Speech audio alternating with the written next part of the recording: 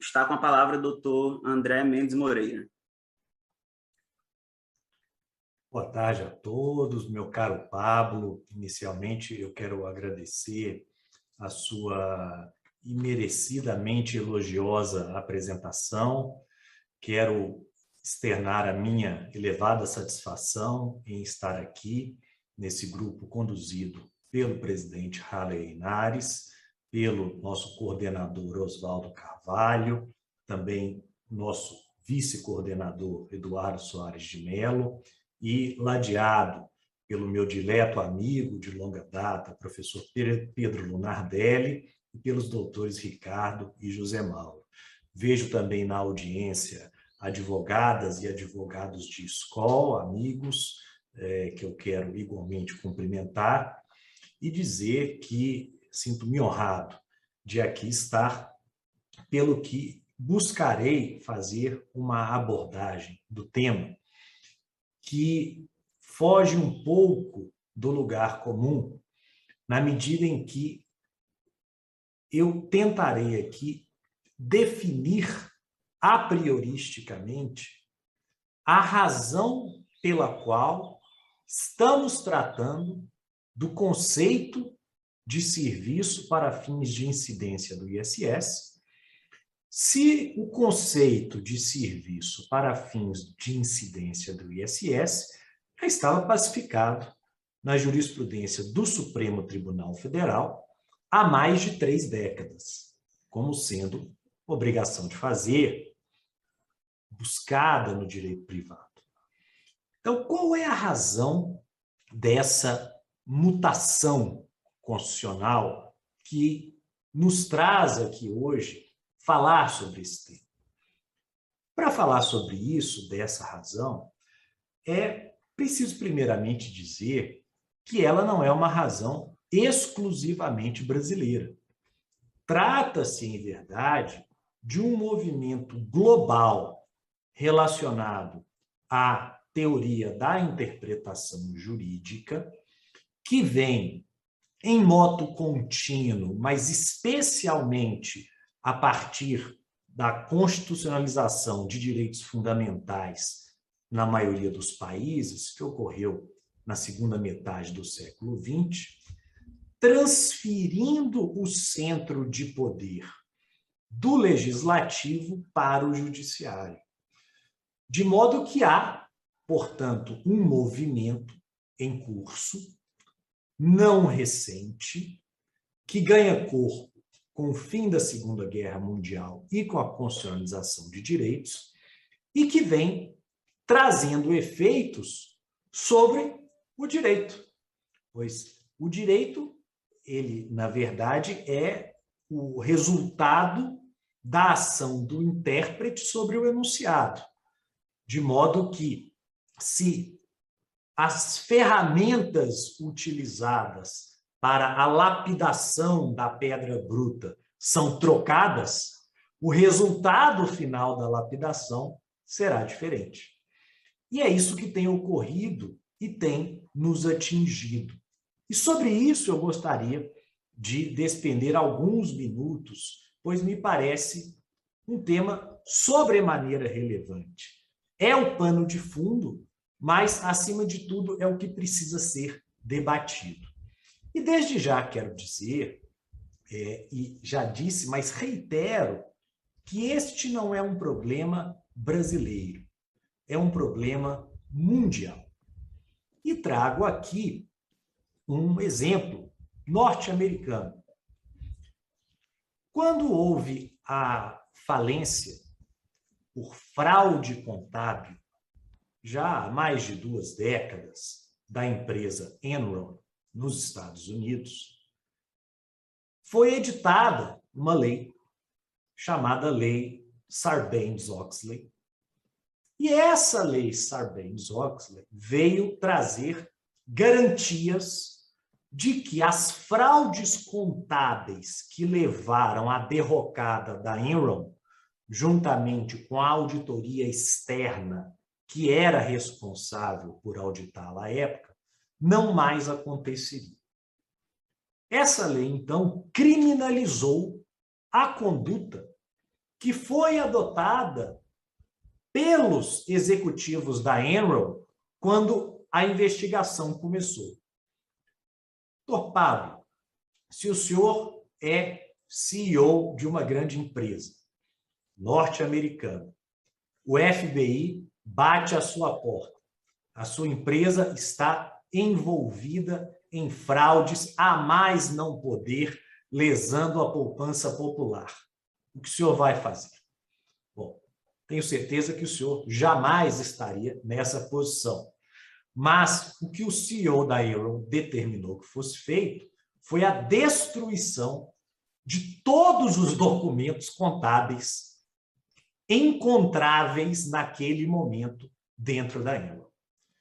Para evitar que isso ocorresse novamente, essa conduta não era criminalizada, a Lei Sarbanes-Oxley tornou crime federal, lá existe essa distinção, a destruição, e há lá uma série de vocábulos, né, de informações, arquivos ou objetos tangíveis, essa é a expressão numa tradução livre, que sejam relativos a uma investigação em curso no âmbito federal.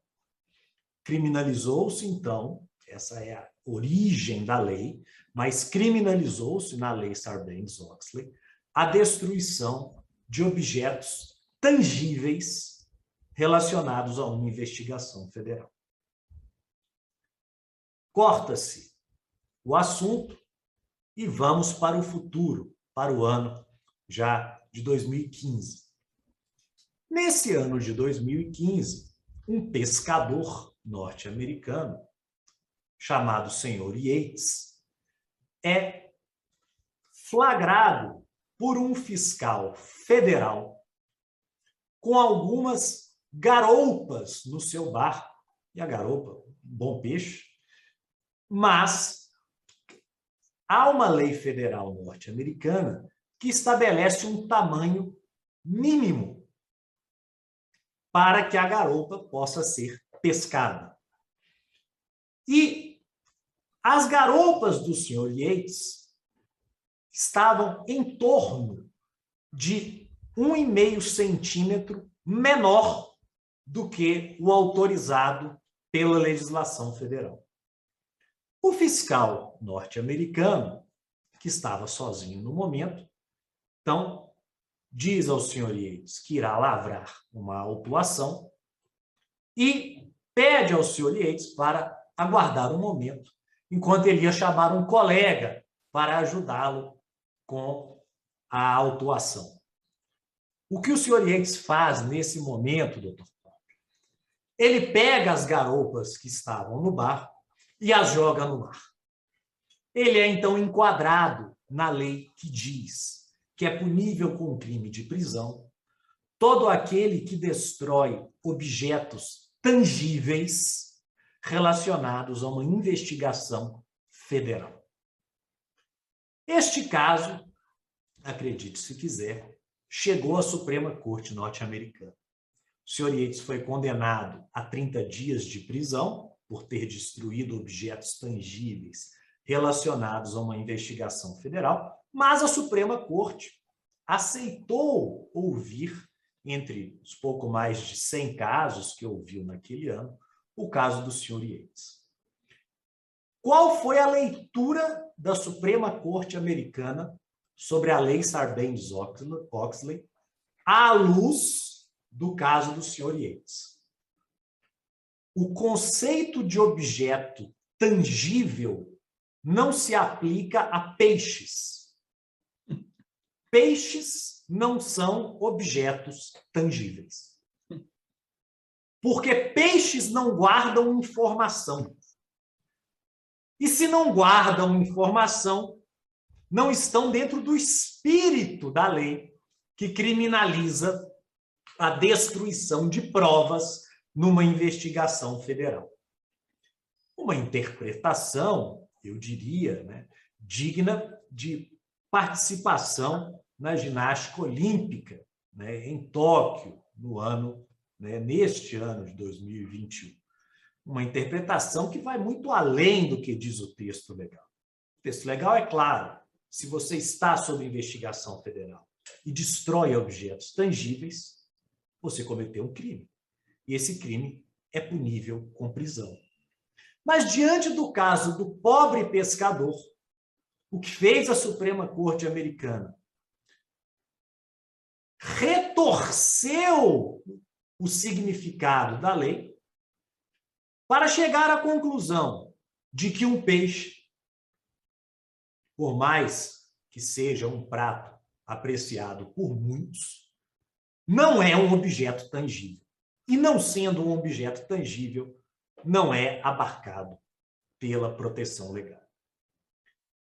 Isso mostra que a realidade hoje do pêndulo do poder é uma realidade que faz esse pêndulo oscilar muito mais próximo do judiciário do que do legislativo.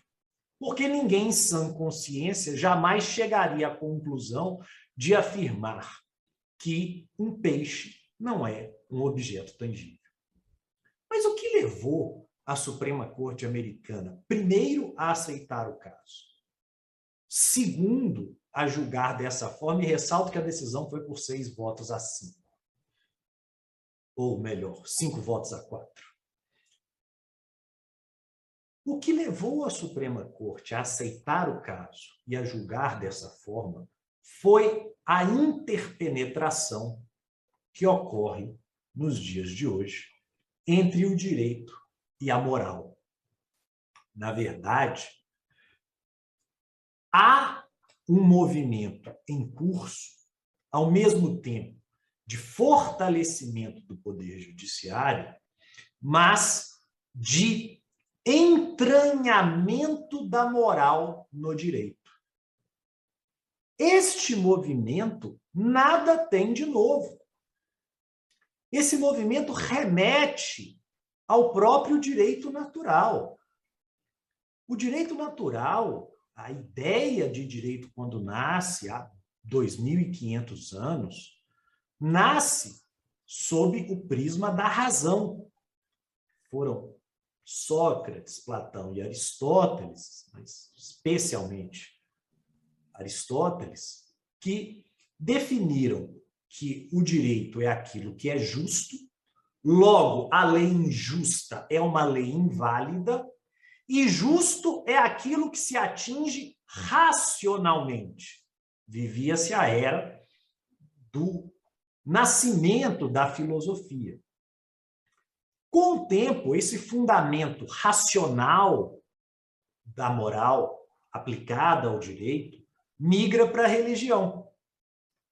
Passa a haver a interpenetração da moral no direito por meio do uso da religião. Então, o direito natural passa a ter origem divina. Era aquele direito intocável pelos homens, porquanto baixado pelos deuses. Já numa terceira fase, com a contratualização das relações humanas, a partir de Hobbes especialmente, nós temos um direito natural que vai sendo, de algum modo, positivado em cartas de direitos. Aí nós temos a Declaração Francesa, que marca a transição do Ancien Régime para a França republicana, que ali são retratados direitos que eram considerados atávicos, inerentes ao próprio homem, e que naquele momento passam a guardar uma pertinência direta com o ordenamento jurídico por meio da sua positivação. Nessa época, surge a ideia de que, já que os direitos naturais estão positivados, cabe ao juiz apenas e tão somente aplicar o direito escrito. Aí nasce a escola da exegese. Já estamos no século XVIII. Não é mais necessário invocar a razão, invocar a divindade, invocar o pacto social que congrega os homens para se chegar à solução justa. A solução justa decorre da mera aplicação daquilo que já estava escrito. E dessa época há exemplos, né, como o de Recassencites, né, sempre citado, de que o juiz era comparado a uma máquina com duas ranhuras e um botão, né? Numa ranhura incluíam-se os fatos, numa segunda ranhura incluía-se o direito já codificado, e apertando-se o botão, o juiz dava a solução. Havia a subsunção acrítica, avalorativa, sem qualquer tipo de técnica hermenêutica do fato à regra. Porém, todo movimento em excesso gera o seu contrapeso, que nesse caso, né, pode ser definido como a escola do direito livre, na qual argumentos sociológicos libertam o magistrado da observância das leis escritas. E, por fim, chega-se, já em meados do século XX, a uma escola de relativo equilíbrio, que foi denominada jurisprudência dos valores. Na verdade, é um termo inadequado, jurisprudência, né? Quando se fala em jurisprudence, fala-se, na verdade, em ciência do direito, né? E não em jurisprudência, no sentido em que nós, brasileiros, utilizamos a palavra como coletânea de decisões, mas nasce aquilo que é tido hoje como ponto de equilíbrio, que é a chamada, por uso e consenso, jurisprudência dos valores, onde aplica-se a regra, porém atentando-se aos valores. Mas o que acontece dos anos 1950 para cá? O que acontece é um movimento, e um dos grandes artífices desse movimento, que buscou, na verdade, restringir a discricionariedade do juiz, mas talvez por ter sido mal interpretado, acabou legitimando uma discricionariedade excessiva, foi Ronald Dworkin. Esse filósofo norte-americano tem uma teoria, né, a sua opus magna, ela vai dizer que o direito e a moral fazem parte de um único sistema e que, portanto, quando o juiz está diante de um caso difícil, a moral exerce, sim, um papel de relevo para a decisão judicial, mas não no sentido, e isso é importante frisar, de dar ao julgador um leque de alternativas, mas no sentido de restringir, no caso difícil, as alternativas existentes àquela que seria aceita moralmente pela sociedade na qual o magistrado está inserido. Seja lá como for, essa doutrina acabou dando aso à criação de uma corrente interpretativa que hoje é chamada de forma ampla e imprecisa tecnicamente de neoconstitucionalismo. Imprecisa na medida em que, dentro da expressão neoconstitucionalismo, cabem uma série de definições, tanto mais quanto menos empoderadoras do poder judiciário. Então, hoje nós vivemos em todo o planeta a era do neoconstitucionalismo, que nos faz retornar ao direito natural. Porque já que as constituições, né, há países que ainda não as têm, a Inglaterra não tem, Israel não tem, a Nova Zelândia não tem, mas a maioria dos países tem, e a maioria dos países que tem e que positivou na segunda metade do século XX, positivou com valores morais. E se a Constituição está positivada com valores morais, vem a conclusão. Então, o judiciário pode se valer da moral como ferramenta para a lapidação da sua decisão. E se essa ferramenta passa a ser utilizável pelo Poder Judiciário, perde-se o controle de resultado daquilo que pode advir da prestação jurisdicional. Por quê? O fato é que moral, cada um tem a sua. Por que as decisões difíceis são tomadas por 6 votos a 5 aqui, 5 votos a 4 lá nos Estados Unidos, para citar o caso Yates? Esse é um típico caso de conflito moral. Enquanto alguns julgadores entenderam que me parecia correto, o caso se subsumia à lei e o pescador deveria, sim, se submeter à penalidade prevista em lei, que no caso dele foram 30 dias de reclusão, outros 5 sacaram um argumento que não tem nenhum tipo de derivação a partir do texto positivado para simplesmente superar aquela regra. Então, primeiro, era um caso difícil? Não, não era um caso difícil. Então, se não era um caso difícil, o caso era de aplicação da regra. O que tem ocorrido hoje é que casos fáceis são transformados em casos difíceis, para que, então, sopesando os valores que são inúmeros na Constituição brasileira, e aqui nós temos um problema que outras nações não têm, apenas a título de exemplo, o capítulo do Sistema Tributário Nacional da Constituição brasileira tem o mesmo número de palavras que a Constituição norte-americana.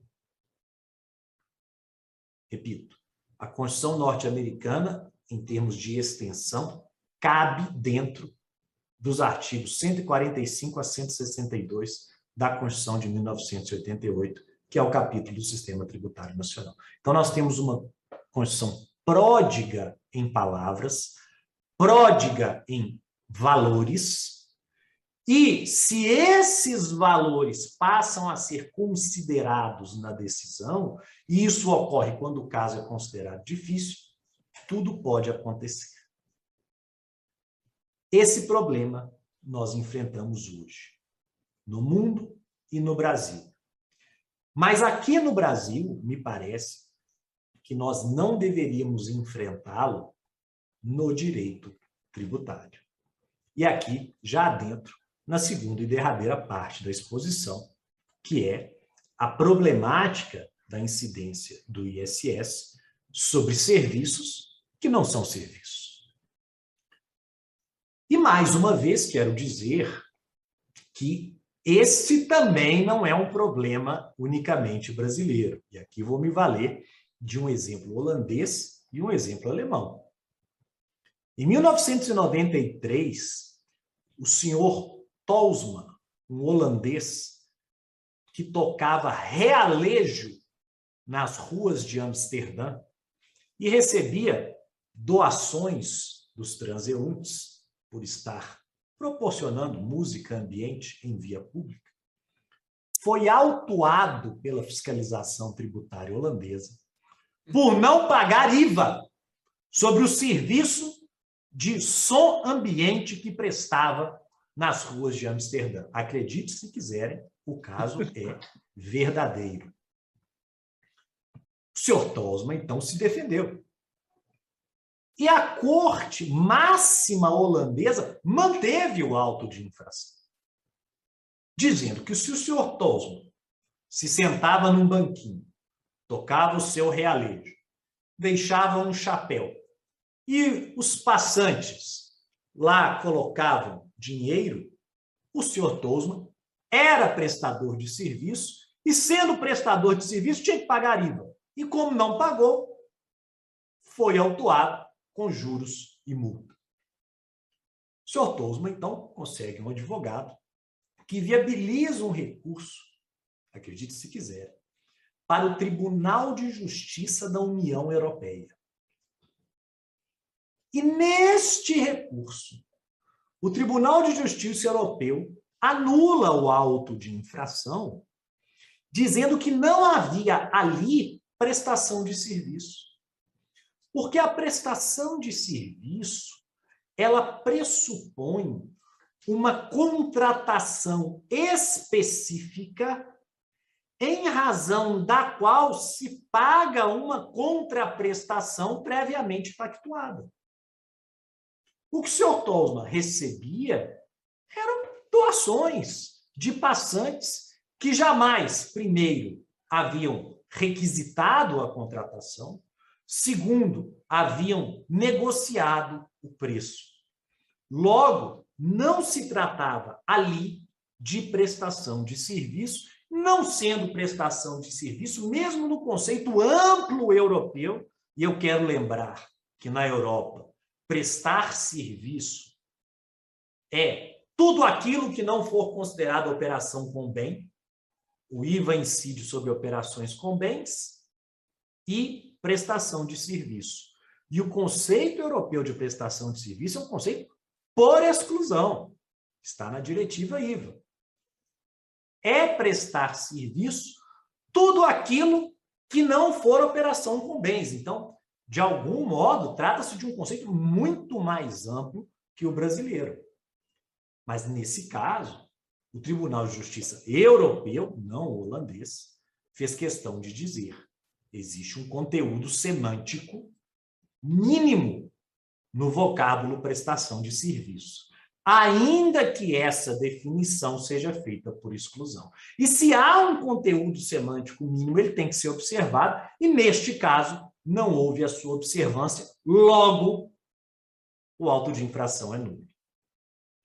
Mas não paremos na Holanda, vamos agora descer um pouquinho para a Alemanha, onde o senhor Philibert, já no fim dos anos 1990, empresário, dono de uma construtora que edificava em vários pontos de Berlim, decidiu em determinado momento que ele mesmo faria o transporte dos seus operários até o local de prestação do serviço. Então, em vez de pagar pelo transporte desses operários, que era o que ocorria até então, e o transporte lá se sujeita ao IVA, né, é uma prestação de serviço, o senhor Philibert comprou um micro-ônibus, e esse micro-ônibus passava na casa dos seus operários e os levava até o local de obra. O que fez o fisco alemão? Autuou o senhor Philibert por não recolher IVA sobre a prestação de serviço de transporte dos seus próprios funcionários. O que fez a Corte Máxima Alemã, o Tribunal Federal Alemão, manteve o auto de infração. O senhor Philibert, então, consegue levar o caso ao Tribunal de Justiça Europeu. E o Tribunal de Justiça Europeu diz o óbvio. Tratava-se de autosserviço. O senhor Philibert estava transportando seus próprios funcionários ao local de trabalho. O autosserviço não é tributável, não é sequer caracterizável como prestação de serviço. E não há base de cálculo para tributar o autosserviço. O valor é zero. Então, não é possível, como fez o fisco alemão e como manteve o Tribunal Constitucional Alemão,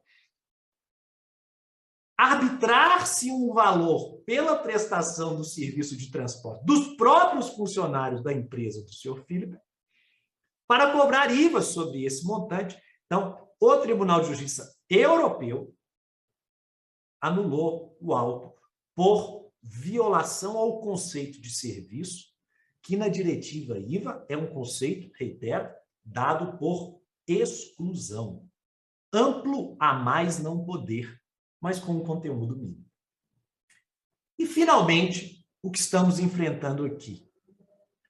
O que estamos enfrentando aqui é fruto deste pêndulo que se move com cada vez mais força e velocidade em direção ao poder judiciário, esse pêndulo que nada mais é que o pêndulo do poder,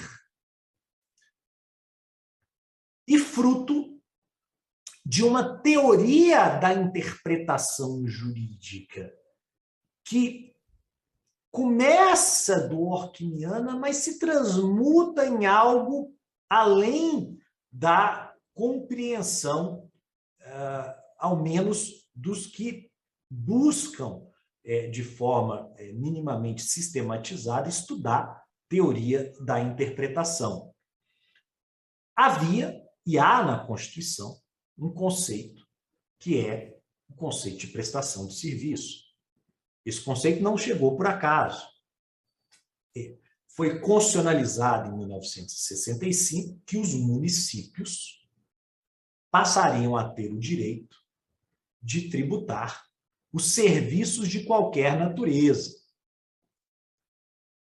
E entre 65 e 67, houve, inclusive, uma breve definição no CTN do que seriam os serviços de qualquer natureza. Porque na redação original da emenda 18 de 65, não havia lista de serviço. Atribuía-se aos municípios a tributação de todos os serviços que não fossem alcançados pela União e pelos estados. Era uma atribuição por exclusão, de serviço, mas por exclusão. Veio, então, a Constituição de 67 e muda essa regra. A Constituição de 67, aprovada na 1/10 hora, tem um caso curioso, professor Oswaldo, se me permite uma parte, mas mostra a criatividade, que é atribuída a nós, brasileiros, e, a meu ver, com justiça, pois desde sempre somos acostumados a lidar com situações difíceis. E a Constituição de 67 precisava ser aprovada até a meia-noite de um certo dia de janeiro de 67, sob pena de, não sendo aprovada no Congresso, ser outorgada pelo presidente Castelo Branco com a redação que ele, presidente, desejasse. E o embate político, enfim, retardou muito a solução. E, às 11 horas da noite do último dia, o presidente do Congresso viu que não havia tempo para votar até a meia-noite. Não dava tempo. E a consequência seria que o Congresso não redigiria mais a Constituição, e sim o Marechal Castelo Branco a faria em mão própria. Ele, então, teve uma ideia. Se ele tivesse mais 2 horas, ele conseguiria, de forma emergencial, votar a Constituição de 67. Janeiro é verão no Brasil. E, naquela época, ainda havia o horário de verão. O presidente do Congresso, então, manda parar por 1 hora os ponteiros de todos os relógios do Congresso Nacional. Pois se o Congresso tinha até meia-noite para aprovar a Constituição, era preciso observar o horário astronômico e não o horário de verão, um falso horário criado para a economia de energia. Então, os ponteiros do relógio do Congresso são paralisados por 1 hora, o Congresso, em 2 horas, resolve todas aquelas emendas aditivas, supletivas, supressivas existentes, e a Constituição de 67 é aprovada, trazendo, no que tange ao ISS, uma nova redação, a de que o imposto seria cobrado pelos municípios, porém, os serviços seriam listados em lei complementar. Desde então, a jurisprudência se pacificou, no sentido de que, para que a lei complementar previsse uma atividade tributária, era pressuposto, por óbvio, que essa atividade fosse um serviço. Se a lei complementar tentasse tributar, por exemplo, pelo ISS, os que tocam violão nas vias públicas brasileiras, recebendo doações, tal como o senhor Tolsman fazia na Holanda na década de 1990, essa lei seria declarada inconstitucional. assim como foi declarada inconstitucional a incidência do ISS sobre locação de bens móveis, porque o Código Civil, não apenas o de 2002, mas também o de Clóvis Bevilacqua, de 1916, traz e sempre trouxe o conceito de prestação de serviço, que exige a contratação de um terceiro, que irá, mediante remuneração, exercer em prol do contratante uma atividade cujo resultado possui conteúdo imaterial. De modo que contratar um terceiro, remunerá-lo e receber em troca o serviço especificado, que é imaterial, ainda que eventualmente haja a entrega de algum bem em conjunto, o que pode atrair conflito com o ICMS, mas a Lei Complementar de IRIME, exercendo uma das suas funções, é o conceito de serviço. E desde sempre entendeu-se, então, que se não houvesse obrigação de fazer, preponderante, não haveria que se falar em incidência do ISS. E assim foi, e assim caminhou a jurisprudência brasileira. Até que, num precedente relativamente recente, o Supremo Tribunal Federal, com vários consideranda relativos à forma pela qual a Constituição deve ser interpretada, com vários consideranda no sentido de que a axiologia é parte indissociável da interpretação constitucional, portanto, é preciso ver a Constituição sobre outros prismas valorativos, decidiu que uma operadora de plano de saúde tem que pagar ISS, porque está na lista. Bom, mas o operador de plano de saúde, ele não presta serviço no sentido de fazer. Ele é um intermediário entre o médico prestador do serviço, entre o hospital prestador do serviço, mas não é o prestador em si.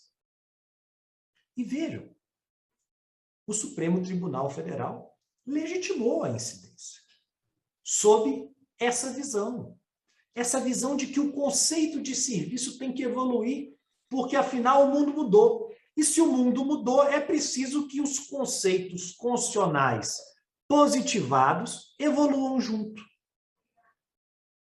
Mas parece, com o máximo respeito aos que pensam em sentido contrário, e não são poucos, e tampouco são pensamentos superficiais, são pensamentos bem construídos, mas, na minha opinião, o que há aqui é um retrocesso ao que acontecia no imposto sobre indústrias e profissões e que o Supremo rechaçou. Eu quero lembrar que o ISS é o sucessor do Indústrias e Profissões. O Indústrias e Profissões, ele nasce com Dom João VI em 1812, para custear a criação do Banco do Brasil, quando começa a haver tributação sobre serviços no Brasil. Tributa-se a profissão de ourives, de boticário e de livreiro. Depois, em 1891, ele é constitucionalizado, federal. Em 34 é estadualizado. E em 46 é municipalizado. E dizia a Constituição, imposto incide sobre indústrias e profissões.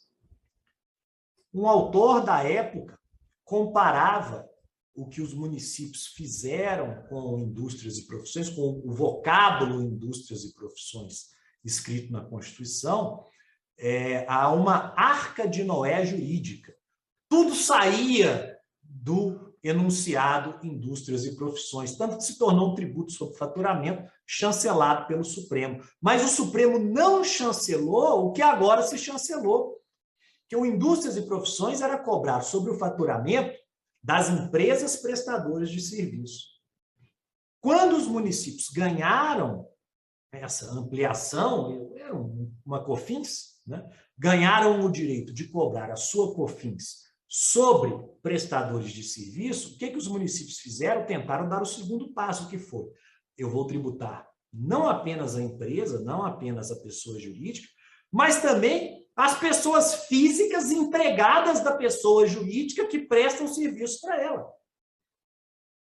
Ou seja, se há uma profissão sendo exercida, eu tributo o escritório de advocacia, para ficar com um exemplo, e cada advogado que presta serviço para o escritório de advocacia. Isso foi rechaçado pelo STF. O STF disse: não. Ainda que o fato gerador seja amplo, você não pode cobrar duas vezes. Alguém tem que prestar o serviço. Ou é a empresa, ou é a pessoa física. Os dois não. O que se fez no caso do plano de saúde? Bom, quando eu vou ao médico hoje, eu tenho duas pessoas que me prestam serviço. O médico, que me consulta, e o plano de saúde, que paga ISS sobre a mensalidade que eu pago para ele, plano. Mas isso é prestação de serviço? E a segunda e última decisão, e já encaminhando para o final, foi a decisão da incidência do ISS sobre software. Tudo que vem da internet é serviço. Mas como fica o conceito de cessão de direito de uso, contratos de licenciamento, lei de direitos autorais, enfim, existe uma amplitude, uma riqueza jurídica no direito brasileiro legalizada que define essas relações que passam ao largo de ser serviço e, de repente, entende-se que, na verdade, alguma coisa tem que incidir. Ora, eu lhes digo, se alguma coisa tem que incidir, tinha que incidir ICMS, não ISS. Isso por duas razões. Por duas razões. Porque se é para tributar por analogia, então nós vamos voltar à origem do ICM. Eu quero lembrar que quando o ICM foi criado, ele não foi criado para incidir sobre compra e venda, não. Incidia sobre compra e venda o imposto sobre vendas e consignações, que era o seu antecessor. Quando vem o ICM, a intenção manifestada nos relatórios da reforma tributária era a intenção de tributar muito mais do que vendas e consignações. Toda e qualquer operação de circulação jurídica, inclusive transferência de bens, doutor Pedro do Nardelli, entre estabelecimentos do mesmo titular. A ideia do ICM era essa. Mas a jurisprudência restringiu a incidência porque houve abusos. Começou a haver tributação de mercadoria roubada. Começou a haver tributação de mercadoria furtada. Então, houve a restrição e a involução. O ICM virou um IVC, não podendo incidir sobre consignações, apenas sobre vendas. Então, se era para decidir com base em motivos consequencialistas, o correto teria sido o ICMS.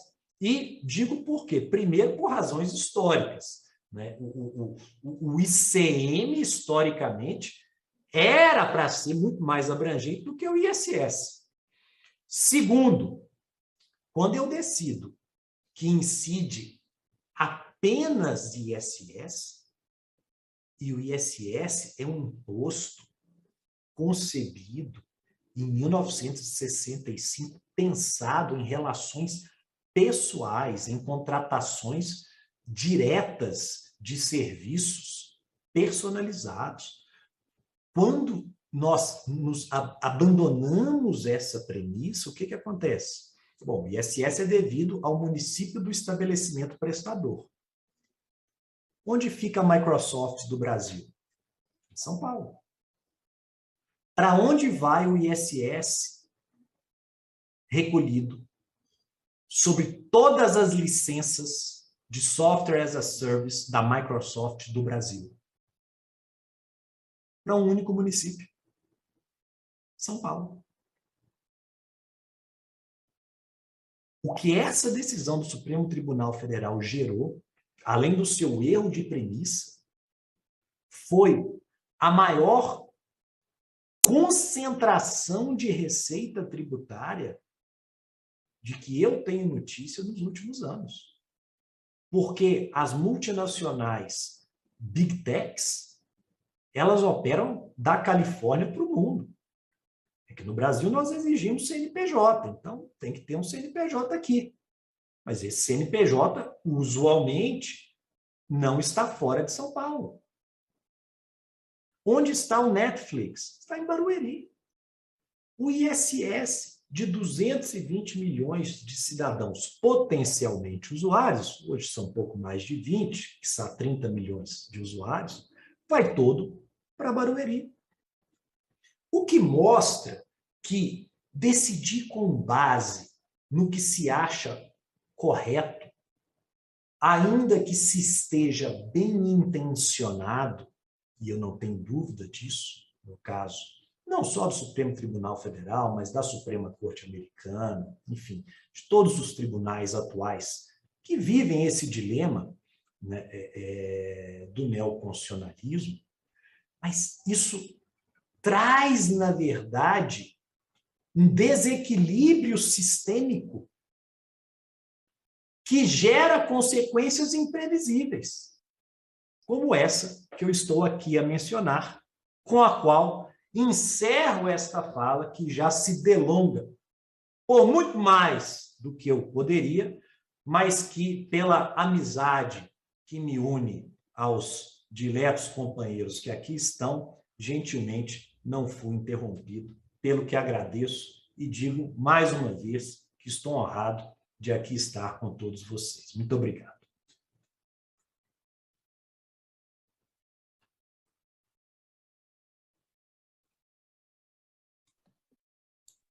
Bem, tivemos dois comentários aqui. O primeiro deles, do José Eduardo Saram, afirmando que concorda plenamente com o doutor André, que o STF ampliou indevidamente o conceito de ISS, que descabia a incidência de ISS sobre licenciamento de software e mesmo sobre as plataformas de streaming. Tivemos também uma afirmação seguida de indagação do doutor Frederico Medeiros. Ele, primeiramente, afirma, professor André, o conceito de serviço, no intuito de delimitar o critério material do ISS, mostra-se, na minha singela opinião, impreciso. Acredito que a Constituição Federal não traz um conceito explícito, e tampouco a legislação do direito privado, Código Civil e outras. Podemos entender que o conceito de serviço, para fins de incidência do ISS, na condição de obrigações de fazer, partem de significações enunciadas pelo... Só um segundo. Partem de significações emanadas pelos tribunais superiores sobre cada hipótese de incidência prevista na lei complementar, que justifiquem a cobrança do imposto. Esse é o questionamento do doutor Frederico. Bom, eu agradeço aos questionamentos e vejo também aqui, Pablo, se me permite, que tem uma pergunta da Franciele também sobre incidência de ISS em franquias, né, atividade de franquia. Então, eu vou tentar responder tanto a dela como a do Frederico conjuntamente. Bom, primeiramente, Frederico, eu entendo que é preciso fazer uma distinção entre enunciado e norma. O Código Civil, ele contém... primeiro, eu concordo que a Constituição não traz definição de prestação de serviço. Isso não está na Constituição. A Constituição se vale do vocábulo, né, prestação de serviço, para atribuir competência tributária ao município. Né? Quanto a isso, me parece que é algo inconteste, porque está escrito no artigo 156. Bom, se ela se vale desse vocábulo, onde nós iríamos buscar o significado desse vocábulo? Na legislação brasileira. Na verdade, eu não estou aqui nem invocando o 110 do CTN, porque ele me parece expletivo.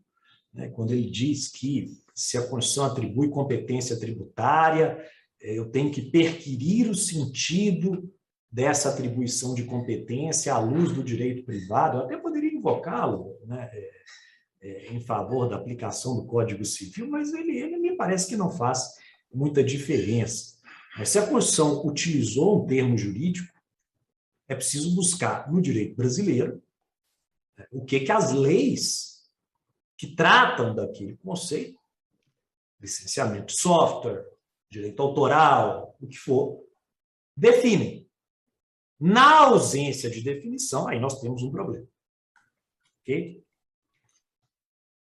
Então, Frederico, o Código Civil, ele vai trazer, quando ele vai regulamentar contratos, quando ele vai regulamentar as relações da vida privada, ele vai trazer enunciados que podem, de forma sistemática, ser interpretados para se chegar a esse conceito de prestação de serviço, a uma norma jurídica, né, que vai dizer: tribute-se a prestação de serviço, compreendida esta como X.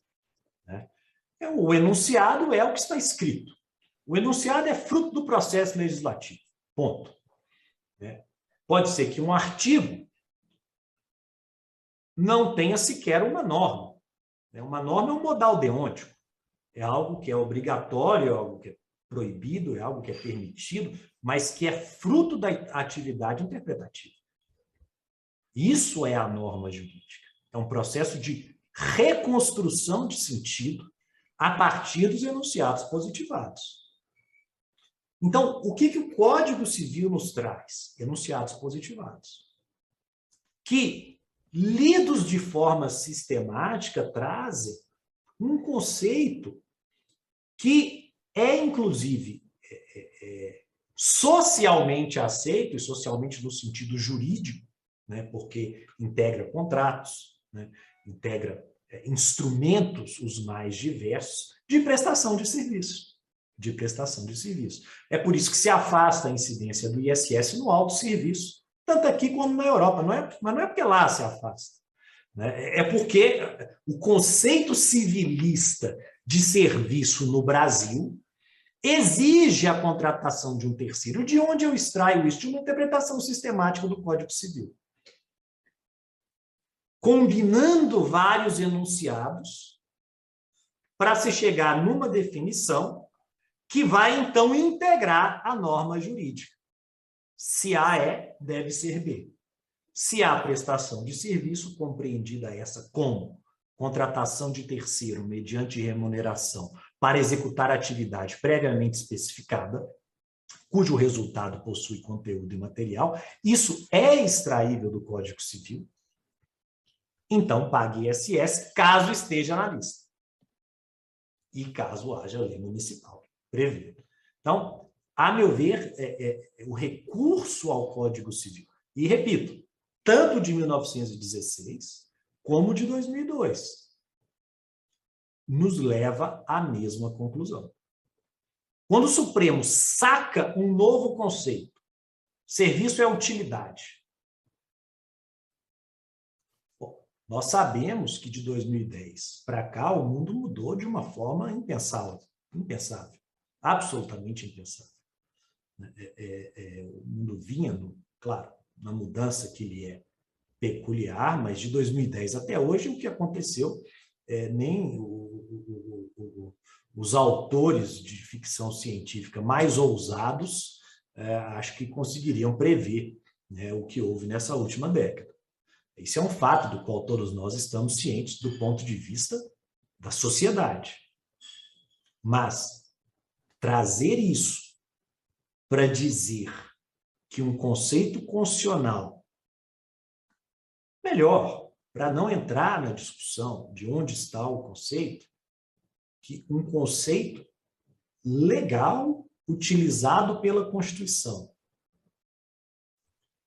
tem que ser interpretado de uma forma que não é compatível com o que está escrito,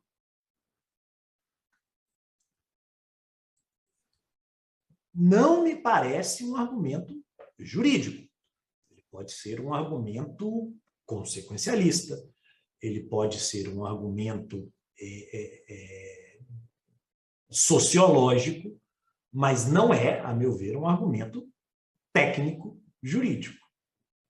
Então, essa é a minha opinião, na medida em que a riqueza legislativa brasileira nos provê instrumentos suficientes para definir prestação de serviço e para dizer, Supremo Tribunal Federal, o que serviço agora é tudo que tem alguma utilidade, mas por quê? Talvez pela mesma razão que peixe não é objeto tangível nos Estados Unidos.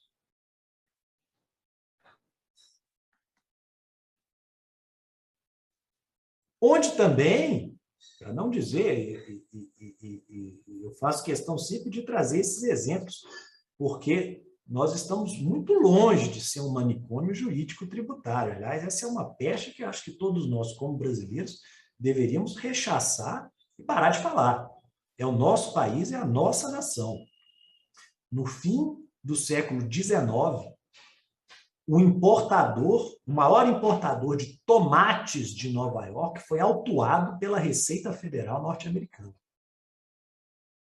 Tomate, para quem não sabe, à luz da botânica, é uma fruta, não um vegetal.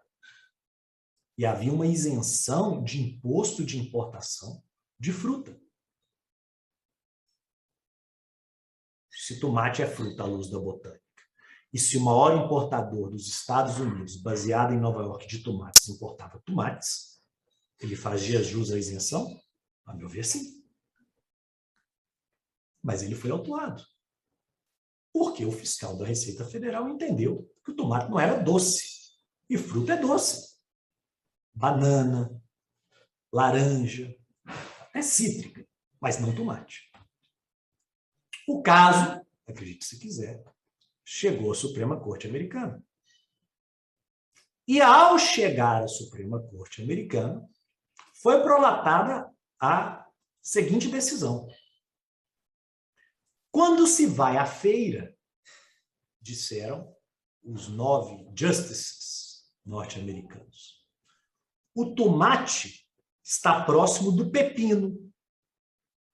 O tomate está próximo do pimentão. O tomate não fica próximo da banana.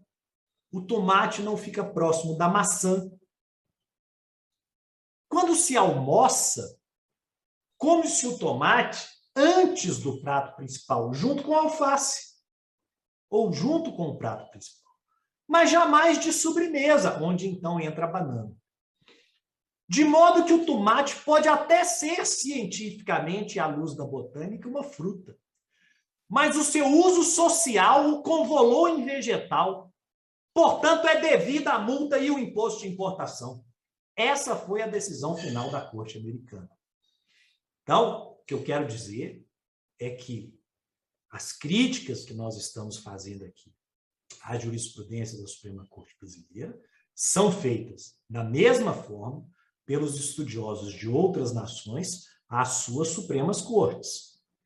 De modo que a Suprema Corte Brasileira, a meu ver, na minha opinião, ao transmutar o conceito de prestação de serviço civilista em um novo conceito, adaptado aos novos tempos, mas sem base legal, operou uma mutação na repartição de competências tributárias. Que a União poderia criar um imposto residual sobre licenciamento de software. Agora não pode mais.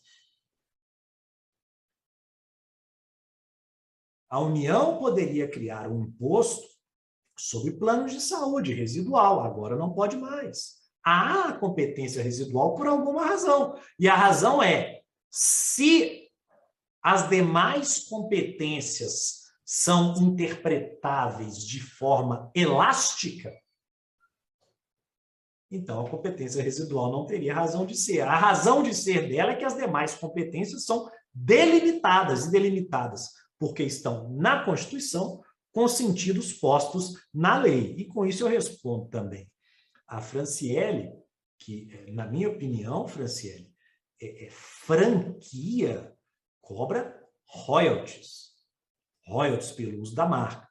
Pode até haver uma parte do contrato que vai envolver treinamento, que vai envolver atividades que são sujeitas ao ISS. Então, nesse caso, o contrato deveria especificar. Mas o maior valor da franquia, o maior ativo da franquia é a marca. O que se paga é para usar os arcos dourados, que representam o maior vendedor de hambúrguer do mundo. É claro que há algum treinamento envolvido, certamente muito treinamento, muito esforço, mas do ponto de vista financeiro, o que vale é a marca. E se o que vale é a marca, eu não posso dizer que o que eu pago para usar uma marca é pagamento por obrigação de fazer, por prestação de serviço, a não ser que eu use esse novo conceito, que é um conceito inseguro, na medida em que ele diz tudo que tem alguma utilidade submete-se ao ISS, portanto, desde que esteja na lista e seja útil, pagará o imposto municipal. E, com isso, acho que eu respondi, talvez sem querer, mas na linha de raciocínio, a pergunta do Pablo. Permaneceria algo a ser onerado mediante eventual exercício das competências residuais? Eu só consigo pensar em propriedade de aeronaves e embarcações, que aqui é algo que o Supremo deveria repensar. Porque, vejam, não há na Constituição restrição para que o IPVA incida sobre veículo automotor a propulsão terrestre. O que está escrito é que o IPVA incide sobre veículo automotor. Há uma interpretação que é duplamente histórica, porque o IPVA surge em 1985 como sucessor da taxa rodoviária única, que era inconstitucional, e já foi tarde,